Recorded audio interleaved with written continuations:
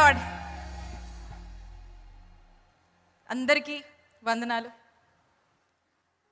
ఈ రోజున మన ప్రాంతంలో కూటములు ఇంత పెద్ద ఎత్తున కన్నుల పండగగా జరుగుతున్నాయంటే దానికి కారణం ఎవరు? దానికి కారణం అన్న చెప్పాడు, యేసయ్య.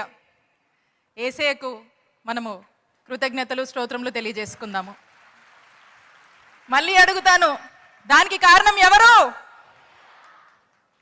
అయిపోయింది. నెక్స్ట్, దానికి కారణం ఎవరు?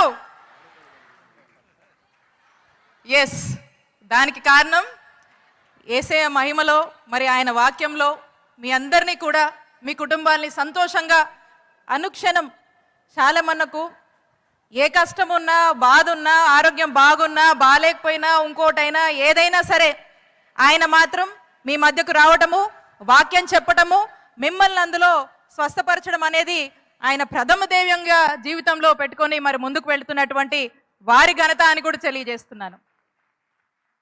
అందుకని మరి ఆ దేవుడు ఇంత చక్కటి కార్యక్రమము కూటములని చెప్పేసి అందరినీ ఈ ప్రాంతానికి చేర్చి మరి ఆ దేవుని ఆశీస్సులు సాలమన్న రూపంలో మీ అందరికీ కూడా కలిగిస్తున్నందుకు ఆ దేవుడికి స్తోత్రములు, మరి సాలమన్నకు కూడా కృతజ్ఞతలు తెలియజేస్తున్నాము.